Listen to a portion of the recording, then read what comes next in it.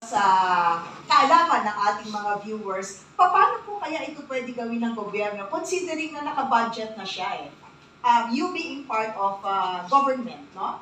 Part of Congress and also of the executive. Ano po ang nakikita niyong pwedeng gawin para masabi, para mapatupad yung suggestion na hatiin yung budget? Sorry ma'am, una pala, yung pagtaas ng presyo. Alright. Nasa power na yan ng Pangulo. Nasa emergency powers na yan. Yes, exactly. Mag-price cap na siya. Huwag niyang pabayaan tumaas. Hindi siya dapat magpa-pressure sa mga malalaking kumpanya. Yes. Nangyari yan kay GMA, nakita niyo yan. Di ba sabi ni Pangulo ng GMA, hinto. O tapos no, nakiusap. Sabi ng mga tatlo, Petron, Shell, and if I'm not mistaken, Caltex ata that time. That time. Sabi nila, Madam President, grabe yung smuggling. Grabe yung pasok ng mga smuggling ng krudo. Sabi ni GMA, ganun ba? Oo. O sige, sabi niya, huwag kayong magtaas ng presyo, papagalitan ko yung mga yan. Pero huwag kayong magtaas. O hindi nagtaas.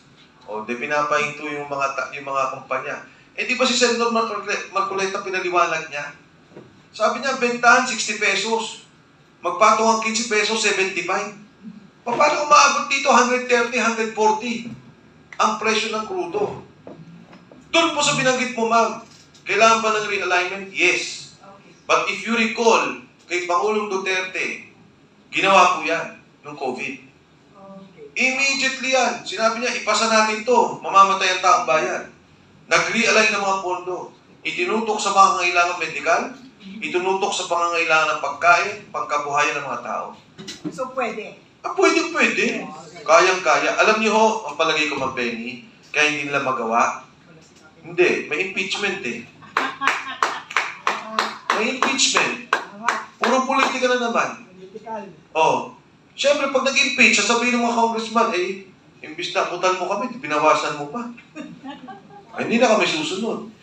Ganyan ho ang sitwasyon ng bayan natin.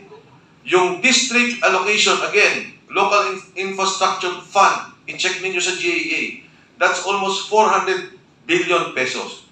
Pwede hong ikalahati yan. Hatiin muna at ibigay muna sa taong bayan pantulong maibsan ang pagtaas ng presyo ng pamasahe, ang presyo ng krudo sa mga driver, makapagtaas sila ng tamang pamasahe, maibsan ang pagtaas ng bilihin, pangunahing bilihin.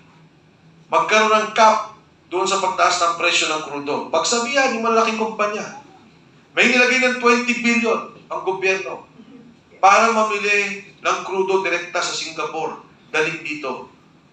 Hindi lamang para magkaroon tayo ng inventaryo, pero para hindi tumaas ang presyo.